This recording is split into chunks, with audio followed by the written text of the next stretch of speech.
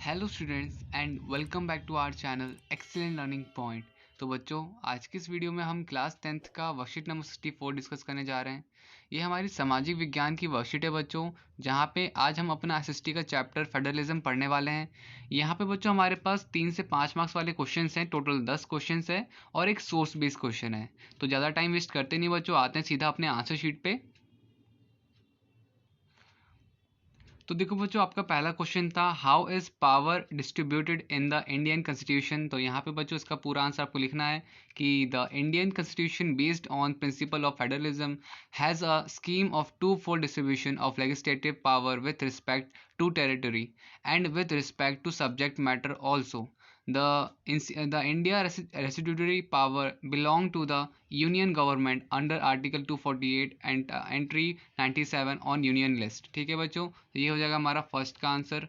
तो देखो बच्चों, सेकंड क्वेश्चन होगा describe the importance of local government. तो यहाँ पे क्या होगा लोकल गवर्नमेंट के इंपॉर्टेंस, तो यहाँ पे होगा the local government has some very important characteristics that gives its importance such as decentralisation and local autonomy which made the function part of its important regard the fact that is better suits the local needs but also gives a better representation of the local people. ठीक है, तो ये हमारा second का answer हो जाएगा बच्चों इस तरह से।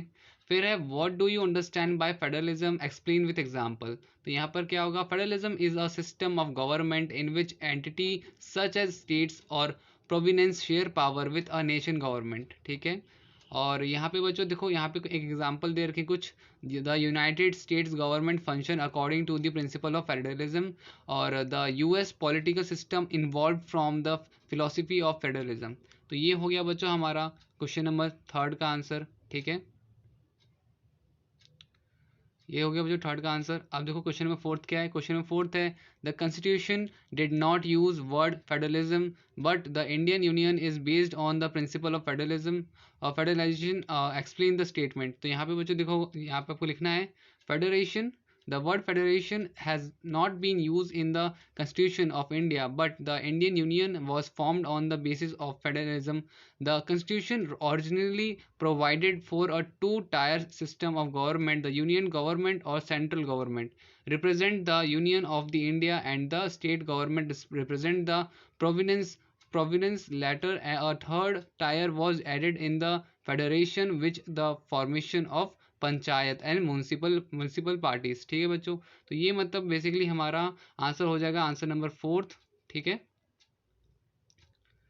फिर इसके बाद क्वेश्चन नंबर 5 है हमारा critically analyses the centre state relation prior to 1990 and after. तो देखो यहाँ पे प्रियर क्या है हमारा, तो Congress party rule at centre at state level, no other party can participate at that time. और सेकंड है बच्चों state government have to work under the central government and central government support those state who belongs to Congress party. और third point है but after 1990 many religions parties participate a coalition government and Congress lost his center position. और fourth होगा जो as a result centre and state game equal position and power as like federal government. ये हो जाएगा बच्चों, चारों points आप लिख लीजिएगा। ये आपका कौन सा आंसर होगा, तो ये आपका फिफ्थ का आंसर होगा। ठीक है, क्वेश्चन नंबर 6 क्या है बच्चों, आपका सिक्स्थ है explain the constitutional amendment of 1992 that established local government in India. तो यहाँ पे क्या होगा इसका answer, the constitution was amended in 1992 to make the third tier of democracy more powerful and effective. Now it is mandatory to hold now it is mandatory to hold regular election to local government body. Seats are reserved in the elected bodies and the executive head of this institutional force SC ST and OBCs. At least one third of the all position and seats are reserved for women. And fourth point है बच्चों आपका an independent institution called state election commission has been created in each state to conduct panchayat and municipal elections. Last point बच्चों आपको लिखना है, last point है आपका the state government are required to share some power and revenue with the local government bodies. The nature of sharing varieties from state to state. फिर इसके बाद बच्चों क्वेश्चन नंबर 7 है how to challenge language policy was tackled in India? तो यहाँ पे सबसे पहला, Hindi is the mother tongue of only 40% of people, therefore Hindi is identified as official language. Second, there were many safeguards to prevent other language. और third point है बच्चों, besides Hindi there are 21 other language recognized as scheduled language. And fourth है बच्चों, a candidate can give exam for central government job in any language. और fifth point है यहाँ पे बनेगा, much of the government work take place in the official language of the concern, ठीक है, sorry concerned state, ठीक है। तो ये हो गया हमारा बच्चों पूरे के पूरे पाँचों 5 पॉइंट सेवन्थ क्वेश्चन के। क्वेश्चन नंबर 8 है, क्वेश्चन नंबर 8 है बच्चों, how is power shared in a coalition government? तो यहाँ पे क्या होगा, तो यहाँ पे आप लिखोगे बच्चों, when two or more parties form an alliance to contest election, if they win they form coalition government and thus share their powers. The powers is shared among different parties to represent different ideologies and social groups. Question number 9 है बच्चों, state any two achievements and any two challenges of the panchayat Raj system. तो यहाँ पर क्या होगा, the panchayati raj system of India has been introduced by Balwant Raj Mehta. बच्चों last में committee भी लिखना है आपको, ठीक है। फिर इसके बाद फॉलोइंग आर द अचीवमेंट्स, तो ये अचीवमेंट्स आपको लिख लेना है बच्चों सारा का सारा। सबसे पहला, the constitutional status for local government has help to deepen roots of democracy in India. There is also increased representation and voice of scheduled caste, scheduled tribes and women in Indian democracy from measure of reservation. और followings are problems और challenge. तो बच्चों problems क्या थी, तो panchayat are dependent on government at higher level for their funds and this restrict their decision making. और second है बच्चों, political interference in decision making hampers the effectiveness of local government. तो हमने सारी प्रॉब्लम्स भी लिख दी और फायदे भी लिख दिए, ठीक है। तो ये हमारे हो गए अचीवमेंट्स और ये हो गए हमारे चैलेंजेस, ठीक है। अब मतलब नेक्स्ट क्वेश्चन जो है हमारे पास वो है question number 10, promotion of Hindi continue to be the official policy of government to India elucidate. तो यहाँ पे क्या होगा बच्चों इसका, तो ये देखो आप यहाँ पे लिखोगे The central government responded by agreeing to continue the use of English along with Hindi for official purpose.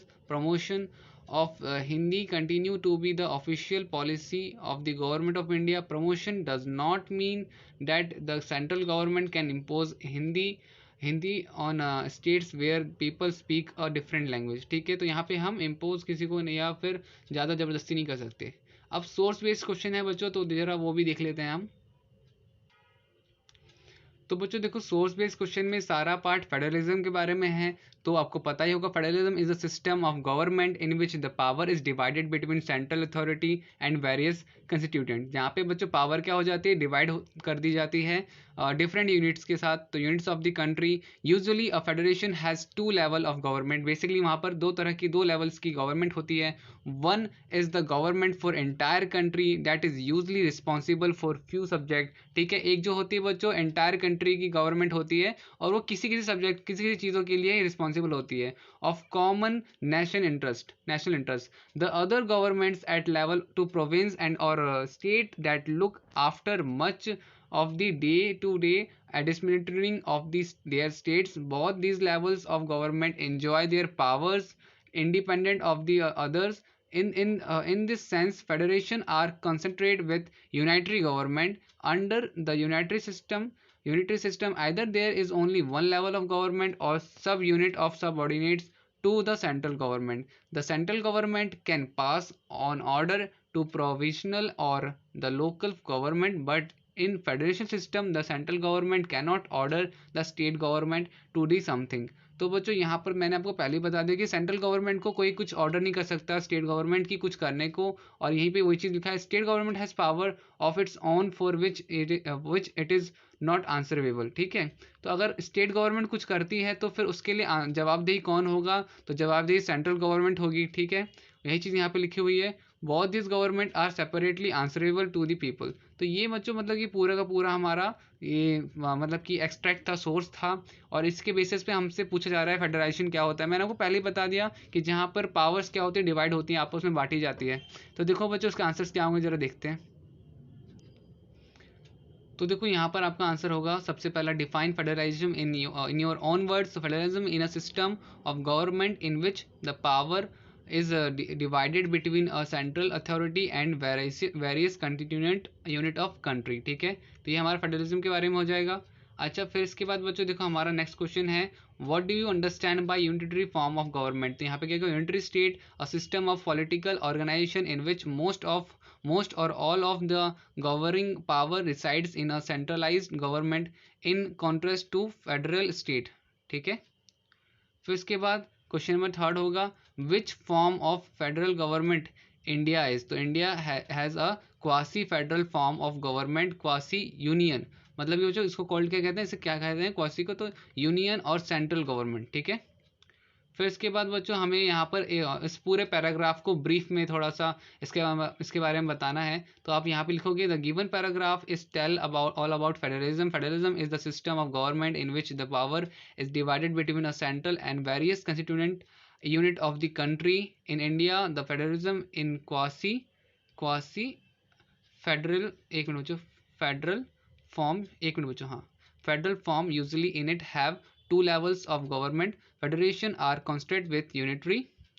और इसके बाद बच्चों थोड़ा सा और आपको लिखना होगा, तो यहाँ पे आप लिख सकते हो कि government under the unitary system either there is only one level of government और सब units are subordinates to the central government. ठीक है, आप चाहो तो थोड़ा और लिख सकते थे, बट इतना भी काफ़ी है, और अगर एक लाइन और लिखना है तो आप लिख सकते हो, in federal system the central government can not order the state government to do something. तो ये बेसिकली यहाँ पे हमारा पूरा का पूरा वर्कशीट खत्म होता है।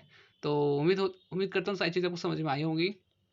तो वीडियो अच्छी लगी तो लाइक शेयर कमेंट जरूर कीजिएगा। तो मिलते हैं नेक्स्ट वीडियो में, तब तक के लिए bye bye and take care.